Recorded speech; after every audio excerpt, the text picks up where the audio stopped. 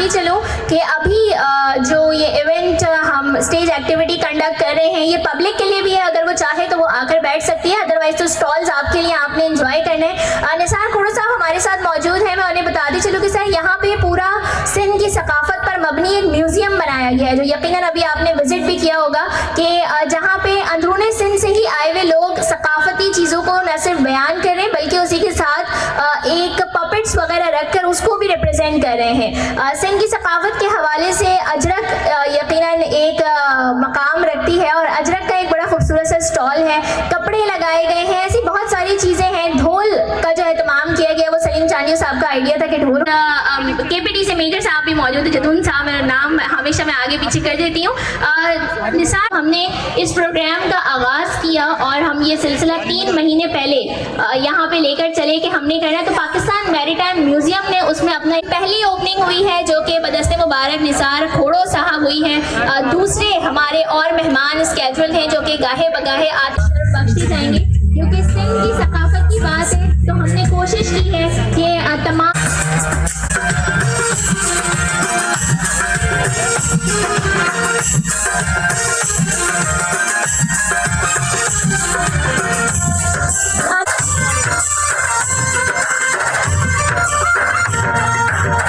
सदा सिंधुअजी छोली मारवड़ा सिंधुअजी छोली मारवड़न की मिठड़ी बोली गली गली ऐंद टोपी अजरक बारातियन ये सिंध जी सिंध बारातियन सिंध टोपी अजरक बारातियन।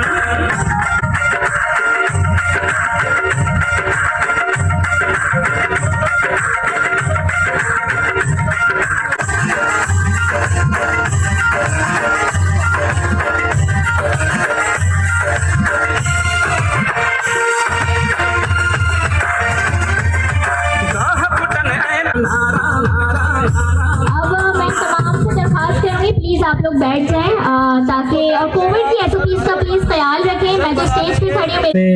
एफर्ट्स की स्टोर्स वाले ब्रांड्स स्पॉन्सर्स आप सबको खुशामदीद। ख़ास करके जो आज के अभी के चीफ गेस्ट निसार खोड़ो साहब जो कि किसी तारुफ के मोहताज नहीं है, बड़ा काम किया है और बहुत ज़्यादा पार्टी और नॉन पार्टी अगर हम बात करें तो उन्होंने सिंध के लिए बड़ा काम किया, बड़ी सर्विसेज दी हैं। हेलो जी, मेरे बैठे हुए बिंडाल में वो दोस्त, वो सीनियर, वो मेंटोर्स, वो बड़े लोग जिन्होंने बड़ा साथ दिया, कमाल मुगल भाई, सलीम खान जो कि एक्साइड बैटरी को रिप्रेजेंट करते हैं, सर आपका बहुत शुक्रिया आपकी सपोर्ट का, आपके आने का। नोमान शेख साहब जो कि राब्ता कमेटी, पीपल्स पार्टी इंफॉर्मेशन और पूरे सिंध को देखते हैं माशाल्लाह, और इनकी बड़ी काविशें हैं और उनसे हमारी 1-to-1 मुलाकात भी रही, बड़ा सपोर्ट किया इन्होंने। इसी के साथ साथ अली, आप सबका इकट्ठे होना इस सारी तकरीब को चार लगा रहा है। चलो बेटा बीच से हटो थोड़ा यार। ये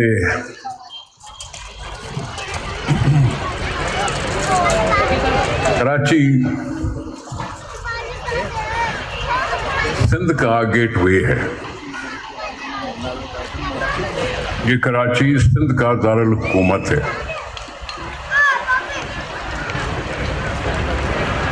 इसी दारुल हुकूमत में यही सिंध असेंबली थी जिसने मुल्क बनाने की दागवेल डाली। सबसे पहले यही सूबा था, यही सिंध था, यही सिंध के लोग थे जिन्होंने पहले कोशिश की कि सिंध को हम एक आज़ाद हैसियत दिला सकें। आप सबको पता होना चाहिए कि सिंध पहले बॉम्बे प्रेसिडेंसी का हिस्सा होता था, सिंध की अलग हैसियत नहीं थी। जिसके लिए हमारे सिंध के बड़ों ने बहुत बड़ा केस बनाया, राउंड टेबल कॉन्फ्रेंसेस हुई बरतानिया में, और सिंध को आजाद हैसियत मिली एक सूबे की हैसियत से, जिसमें हम बड़ों का एहसान मानते हैं। वो बड़े जिन्होंने अपनी तगोदो की, और तगोदो इसलिए की थी कि सिंध कल्चरली रिच सूबा है। मुल्कों की पहचान ज्योग्राफी हुदूद से होती है, मजहब से होती है, जुबान से होती है। जैसे हमें खुदा ने पैदा तो किया इंसान के तौर पर, कभी कोई खोड़ो कहलाता है, कभी कोई चांजो कहलाता है, कभी कोई कुछ कहलाता है। इसी तरह से इज्तिमाई तौर पर हम जो सिंध के रहने वाले, उनको पता था कि हमारे एक कल्चरल बैकग्राउंड है। ये शायद सिंध की बोली जो है, जुबान जो है, उसके अल्फाबेट किसी और जुबान से ज्यादा है। सिंध की जुबान के लिए तो ये कहा जाता है कि एक एक चीज के लिए अलग अलग एक लफ्ज मिल जाता है सिंधी। 5000 साल पुराना मोहनजोदड़ो भी सिंध में है। ये वहां तक की बातें हैं। ये अजरक कोई कल परसों की बात नहीं है। ये टोपी कल परसों की बात नहीं है। टोपी का पहला मकसद तो यह था कि नंगे सर कोई न घूमे। ये इज्जत का मकाम है। हम एक दूसरे की रिस्पेक्ट करते हुए अपने घने बालों या गंजे बालों को ढक के टोपी पहन के चले। पुराने जमाने में ऐसी बातें भी होती थी कि ये गाड़ियां और ये मोटरसाइकिल और ये चंची और ये सब नहीं होते थे। बैलगाड़ियां होती थी, घोड़ों की सवारी होती थी। कहीं कहीं तो ऐसा भी होता था कि हमारे छोटे मोटे जो गांव हैं उनकी कोई लंबी दीवारें नहीं होती। ये रिवाज था, ये एक अमल था कि कहते थे कि घोड़े पर चढ़ के गांव के अंदर ना आओ, क्योंकि घोड़े पर चढ़ के जब देखोगे इधर उधर तो दूसरों के घरों में आपकी नजर पड़ेगी, खवातीन पर नजर पड़ेगी। इज्जत की बात है कि खवातीन का एहतराम करो, किसी के घर में झांको नहीं। ये टोपी पहनना या घोड़सवारी गांव के अंदर न करना, ये सबको इज्जत का मकाम और वकार दिलाती है। हम इसको चेरिश करते हैं, हम इसको सेलिब्रेट करते हैं, इस जबान को सेलिब्रेट करते हैं। इस अजरक और टोपी को सारी दुनिया में मुतारिफ करा चुके हैं और फखरिया तौर पर हर एक इसको पहन लेता है, फोटो खिंचवाता है। ये एक होने का तरीका है। कोई नॉन सिंधी स्पीकिंग हो, मैं तो यहां तक भी कभी किसी अंग्रेज को बोलता था कि आपने अजरक पहन लिया तो हमने एक और सिंधी बना लिया, सिंध में रहने वाला से कर दिया। हम फख्र करते हैं और ये किसी के खिलाफ फख्र नहीं करते, हम किसी के खिलाफ नहीं बोलते। अपने सिंध को जो मुतारिफ करा रहे हैं, ये जो मेले लगे हैं, ये जो स्टॉल लगा है, ये जो हुनर और ये जो सारी चीजें बना के यहां ले आए हैं बच्चे, ये अपने आप को मुतारिफ करा रहे हैं कि हम गांव में रहने वाले भी मेहनत करना जानते हैं।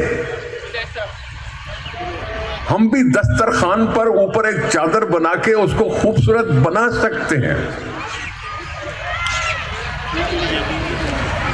मुख्तलिफ लिबास होते हैं, उसमें अजरक के बाकायदा इंट्रोडक्शन के बाद पोशाकें बननी हुई हैं। हम इन सारी चीजों को, ये सिर्फ ये नहीं है कि टोपी और अजरक पहन लिया तो सिंध हो गया, लेकिन हमारे फैमिली वैल्यूज हैं उनको भी देना चाहिए। जो फैमिली वैल्यूज हैं, हम जिस तरह से रहते हैं आपस में, हम जिस तरह से आपस में बैठ के कचहरियां करते हैं, जिसमें कभी कभी हम कहते हैं कि जी सर्दियां जब होती हैं तो मच कचहरियां करते हैं हम। यहाँ के फोक लोग जो होते हैं वो अपनी अपनी दास्तानें बताते हैं उन मच कचहरियों में, एक दूसरे को महसूस करते हैं, महसूस करते हुए अपने आप को आगे बढ़ाते हैं। हम अपने शाह लतीफ पर, हम शाह अब्दुल लतीफ पर फख्र करते हैं। शाह अब्दुल लतीफ का अंग्रेजी तर्जुमे भी हो गए, उर्दू भी हो गए, और उसकी माना जाता है, उसकी मन्योती है सारी दुनिया में कि एक सिंध का पसमानदा इलाके का रहने वाला, अल्लाह से मोहब्बत करते हुए, इंसान से मोहब्बत करते हुए, अदम तशद्दुद को समझते हुए, अपने ऊपर तकलीफ बर्दाश्त करते हुए वो दुनिया को दर्स देने की कोशिश कर रहा है, वो इंसान को इंसानियत सिखाने की कोशिश करता है। हम उस पर फख्र करते हैं।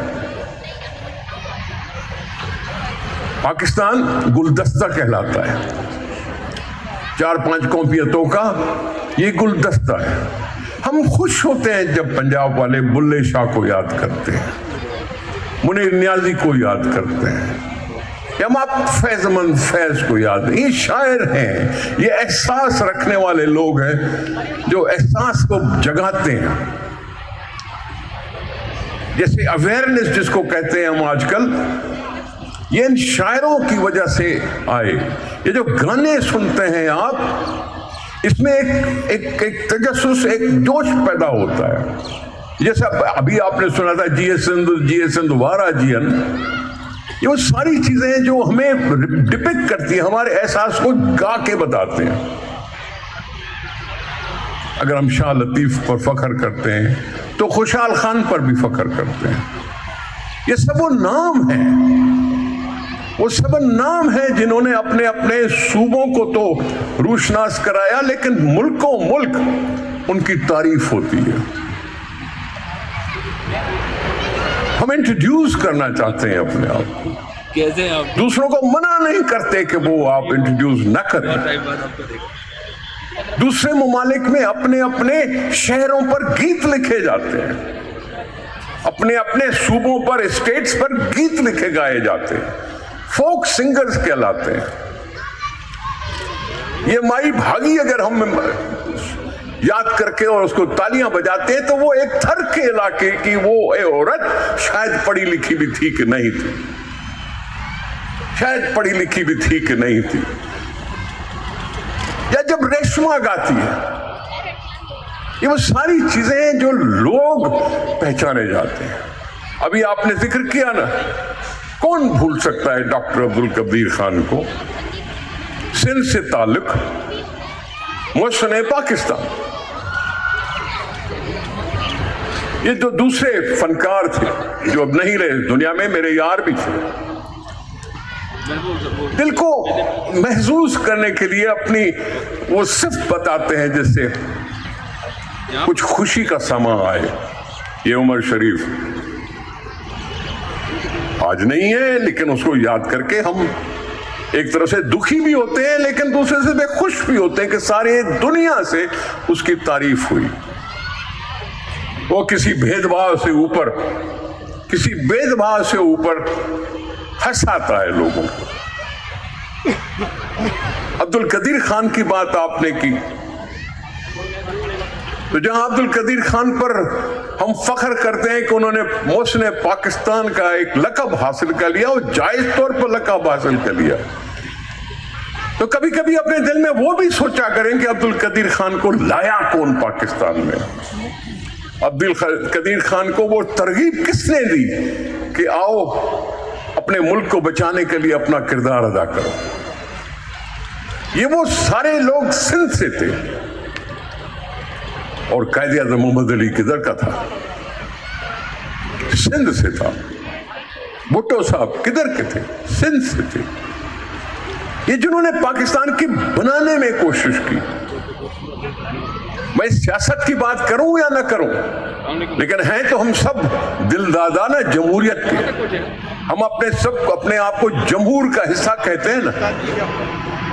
तो सिस्टम को बनाने वाले, इस मुल्क को बनाने वाले, इस मुल्क को राह दिखाने वाले अगर सिंध के हैं तो हमारा फर्ज बनता है कि हम सिंध को सेलिब्रेट करें, सिंध को सेलिब्रेट करें और दिल खोल कर सेलिब्रेट करें। हम सब अब हर जुबान बोलने वाला, जब से हमने शुरू किया कि कल्चर डे मनाना चाहिए, अब हर जुबान बोलने वाला अजरक टोपी पहनने से आर नहीं करता, पहन लेता है। ये तरीका है मिलने का।